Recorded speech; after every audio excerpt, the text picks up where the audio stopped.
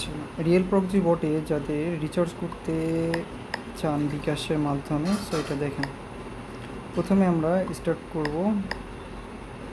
করে recharge button থেকে বিকাশ auto button click করবেন। এরপরে দেখেন এখানে 2টা নাম্বার দেওয়া আছে, একটা লিমিটও দেওয়া আছে, আপনি সেইভাবে লোড করবেন। সো আমাদেরকে বলা হয়েছে সেন্ড মানি করতে, হ্যাঁ, আর ডলার রেট 125 টাকা। সাপোজ নাম্বারের উপর ক্লিক করে নাম্বার কপি হয়ে যাবে। এরপরে আমরা সেন্ড মানিতে ক্লিক করব, করে নাম্বারটা বসালাম, ধরেন 15 টাকায় করব।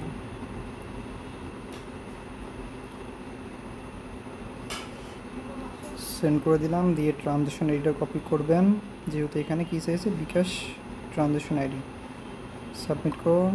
এরপরে অ্যামাউন্ট চাইছে, অ্যামাউন্ট করে দিয়েছে আমরা 15 টাকা, না 15 লিখবেন, শুধু 15 আর কিছু না, দিয়ে সাবমিট করবেন। এরপর যদি কখনো আপনারা ভুলভাবে সাবমিট করে ফেলেছেন, ঠিক আছে, কারণ ভুলভাবে সাবমিট করছেন, আবার আপনারা রাইটভাবে সাবমিট করার জন্য একই পদ্ধতিতে বিকাশ অটো বাটন ক্লিক করে রাইট বাটন সাবমিট করবেন, অ্যাড হয়ে যাবে। সর্বোচ্চ 2 মিনিটের ভিতরে আপনার ব্যালেন্স অ্যাড হয়ে যাবে। ঠিক আছে, ধন্যবাদ।